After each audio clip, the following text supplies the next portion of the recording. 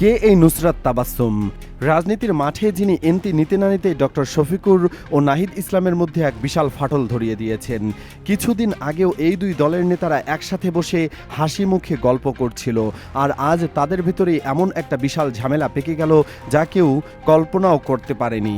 মাঠে থেকে সবকিছু ঠিকঠাক মনে হলেও এনসিপি আর জামায়াতের মাঝে তলে তলে অনেক বড় একটা গেম খেলা হয়ে গেছে। আর এই গেমের প্রধান চরিত্র হলো নুসরাত নামের এই মেয়েটি, যাকে নিয়ে এখন চারদিকে কানাকানি চলছে। আর তার খুঁটির জোড়াইটা বা কোথায়?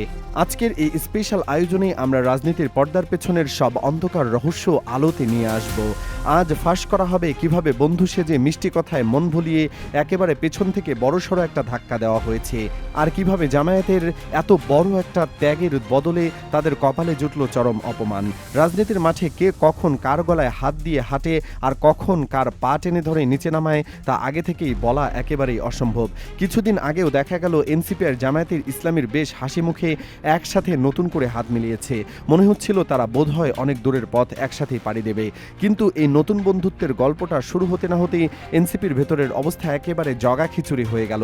দলের ভেতরে থাকা এক রোখা আর জেদি নেতাদের তো জোট দেখে রীতিমতো গায়ে জ্বর আসার জোগাড়। তারা কোনোভাবে মেনে নিতে পারছিল না যে জামায়াতের সাথে তাদের এনসিপি দল এক টেবিলে বসবে। তাদের চোখের সামনেই যেন দুনিয়া উল্টে যাচ্ছিল। রাগে আর অভিমানে এনসিপির চেনামুখ তাসনিম জারা এবং তাসনুফা জাভিন তো সোজাসুজি দল থেকে বেরিয়ে যাওয়ার ঘোষণা দিলেন। তাদের কাছে মনে হয়েছিল জামায়াতের সাথে এই হাত মেলানো মানে নিজেদের পায়ে নিজেরাই কোড়াল মারা। ভেতরে অনেক নেতাই তখন কানাঘুষা করছিল যে এই নতুন বন্ধুত্বের চক্করে পড়ে এনসিপি দলটাই না শেষ হয়ে যায়। এনসিপির দলের একটা বড় অংশ জামায়াতের সাথে এই নতুন সম্পর্কটাকে কোনোভাবে মন থেকে মেনে নিতে পারছিল না। ঠিক এমন একটা এলোমেলো আর গরম পরিস্থিতির মাঝেই রাজনীতির মাঠে পা রাখলেন সেই আলোচিত নাম নুসরাত তাবাসসুম, যাকে অনেকে বেশ কড়া শাহবাগী হিসেবেই চেনে। তার নাম শুনলে এখন সবার মনে পড়ে যায় সেই অতীতের জ্বালাময় কথাবার্তা। জামায়াতের সাথে একসাথে মিলেমিশে রাজনীতি করা তো দূরের কথা, জামায়াতের নাম শুনলেই তার গায়ে যেন কাঁটা দিয়ে উঠত। তিনি সবসময় জামায়াতকে এক হাত নিয়ে কোনো সুযোগই ছাড়তেন না। দিনের বেলায় টিভির পর্দায় টক শোতে বসে তিনি এমন সব কড়া কড়া কথা শোনাতেন যা শুনলে যে কারো কান গরম হয়ে যাবে। জামায়াতের বিরুদ্ধে তার এই মেজাজ সবারই জানা ছিল। অনেকেই বলাবলি করত যে এই মেয়ে তো কোনোদিনই জামায়াতের ছায়াও মারাবে না। এই শাহবাগ নুসরাতের এমন তেজি আর একরোখা মেজাজ দেখে সবাই তখন ভেবে নিয়েছিল যে এনসিপি আর জামায়াতের এই নতুন বন্ধুত্ব হয়তো খুব বেশি দিন টিকবে না। তার এই শক্ত অবস্থান দেখে সবাই বুঝতে পারছিল যে সামনে অনেক বড় কোনো খেলা হতে যাচ্ছে। কিন্তু রাজনীতির আসল নাটক তো তখনও বাকি। চমকের পর চমক শুরু হলো যখন জাতীয় সংসদে মেয়েদের জন্য রাখা সংরক্ষিত আসন ভাগাভাগির সময় ঘনিয়ে এলো। ভোটের খাতায় হিসাব করলে দেখা যায় নতুন জোট থেকে এনসিপির পাওনা ছিল মাত্র একটা আসন।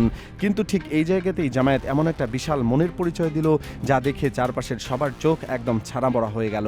অর্থাৎ জোটের বড় শরিক হিসেবে তারা একটু কিপটেমি করলো না, উল্টো নিজেদের হাতের মুঠোয় থাকা একটা নিশ্চিত আসন তারা এনসিপিকে হাসি মুখে দিয়ে দিল।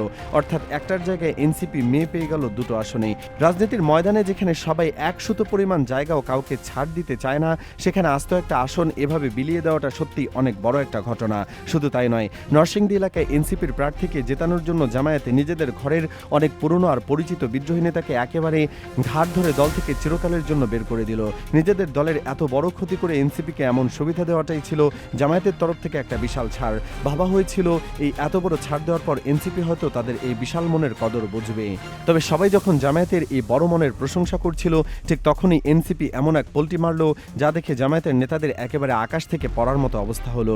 জামায়াত যখন নিজেদের সবকিছু উজাড় করে দিয়ে এনসিপিকে খুশি করার চেষ্টায় ব্যস্ত, তখন এনসিপি পিছন থেকে এমন একটা চাল চাললো যা কেউ স্বপ্নেও কল্পনাই করতে পারেনি। জামায়াতের নিজের ছেড়ে দেওয়া এই সংরক্ষিত আসনে এনসিপি কাকে বসানোর সিদ্ধান্ত নিল জানেন?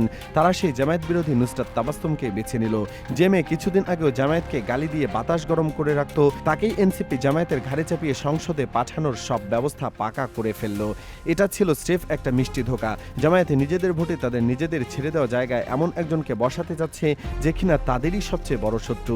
এই ঘটনার পর জামায়াতের সাধারণ কর্মীদের একেবারে পাগল হয়ে যাওয়ার মতো অবস্থা।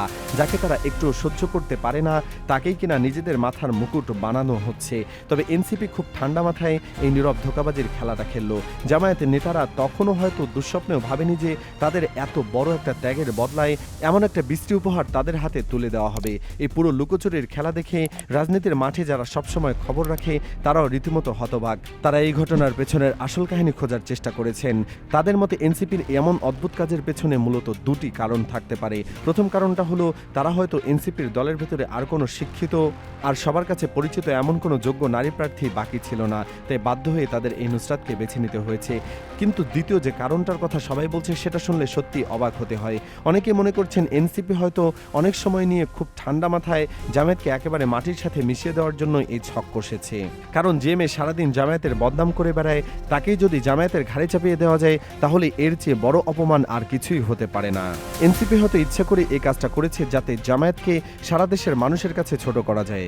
নিজেদের এত বড় ত্যাগের পর এমন একটা শিক্ষা পেয়ে জামায়াতের নেতারা রীতিমতো দিশেহারা। এনসিপির এই কাজটা ছিল একেবারে চোখে আঙুল দিয়ে দেখিয়ে দেওয়ার মতো যে তারা জামায়াতকে আসলে কতটুকু সম্মান করে। একটু পেছনের দিনের কথা যদি আমরা মনে করার চেষ্টা করি তাহলে দেখতে পাবো একসময় বিএনপি আর জামায়াতের মধ্যে যে সম্পর্ক ছিল সেটা ছিল একেবারে অন্যরকম। তাদের মধ্যে একটা সত্যিকারের আবেগের টান ছিল। রাস্তার আন্দোলনে তারা একসাথে ঘাম ঝরিয়েছে। জোটের কোনো বিপদে জামায়াতের নেতারা যেমন হাত তুলে দোয়া করতেন, ঠিক তেমনি জামায়াতের কোনো নেতার বিপদেও বিএনপির নেতারা চোখের পানি ফেলতেন। কিন্তু আজকের দিনে এনসিপি আর জামায়াতের যে নতুন সম্পর্ক আমরা দেখেছি সেটা একেবারে আগাগোড়া একটা ভিন্ন গল্প। এখানে কোনো আবেগ বা ভালোবাসার জায়গা নেই। এনসিপি হলো এমন এক দলের নাম যারা শুধু সুযোগের আশায় ওৎ পেতে বসে থাকে। তারা শুধু দেখে কোথায় গেলে নিজেদের লাভ বেশি হবে। জামায়াত হয়তো সরল মনে ভাবছে যে এই নতুন বন্ধু তাদের বিপদের দিনে ঢাল হয়ে দাঁড়াবে, কিন্তু আসল সত্যিটা হলো এনসিপি শুধু নিজেদের আখের গোছানোর জন্যই এই সম্পর্কটা টিকিয়ে রেখেছে। আদত এই জোটের শক্ত ভিত্তি নেই, পুরোটাই দাঁড়িয়ে আছে শুধু নেওয়ার ধান্দার ওপর। এর বাইরে জামায়াতের ভালো মন্দ নিয়ে তাদের আসলে কোনো মাথা ব্যথা নেই। রাজনীতির এই চরম স্বার্থপর আর ধোঁকাবাজির খেলায় জামায়াত যদি এখনও চোখ কান খোলা না রাখে তবে সামনে তাদের জন্য অনেক বড় বিপদ অপেক্ষা করছে। এনসিপির ভেতরের আসল চেহারা এখন সবার সামনে একেবারে আয়নার মতো পরিষ্কার। তারা শুধু একটা মোক্ষম সুযোগের অপেক্ষায় চুপচাপ বসে আছে। যেদিন এনসিপি দেখবে তাদের আর জামায়াতের কোনো দরকার নেই সেদিনই তারা সবচেয়ে বড় আঘাতটা হানবে। তারা শুধু নিজেদের সিট পাকাপোক্ত হওয়ার অপেক্ষায় আছে, আর সেটা হয়ে গেলেই এই জোটের কফিনে তারা শেষ পেরেকটা এমনভাবে ঢুকাবে যে জামায়াত আর সোজা হয়ে দাঁড়াতেই পারবে না। এই কথার সবচেয়ে বড় প্রমাণ কিন্তু এর মধ্যেই পাওয়া গেছে।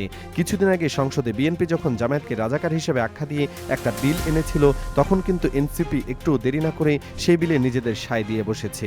ভাবতে অবাক লাগে যাদের সাথে তারা জোট বেঁধেছে তাদের বিরুদ্ধে আনা একটা বিলে তারা হাসিমুখে রাজি হয়ে গেল। এই ঘটনাটা একেবারে পরিষ্কার করে দেয় এনসিপি আসলে তলে তলে কোন পথে হাঁটছে। এই চরম পল্টির পর জামায়াত আগামীতে কী ধরনের পদক্ষেপ নেয় এখন পুরো দেশের মানুষ সেদিকেই তাকিয়ে আছে। রাজনীতির এই অদ্ভুত নাটকের শেষ অঙ্ক কোথায় গিয়ে থামে সেটাই এখন সবচেয়ে বড় দেখার বিষয়।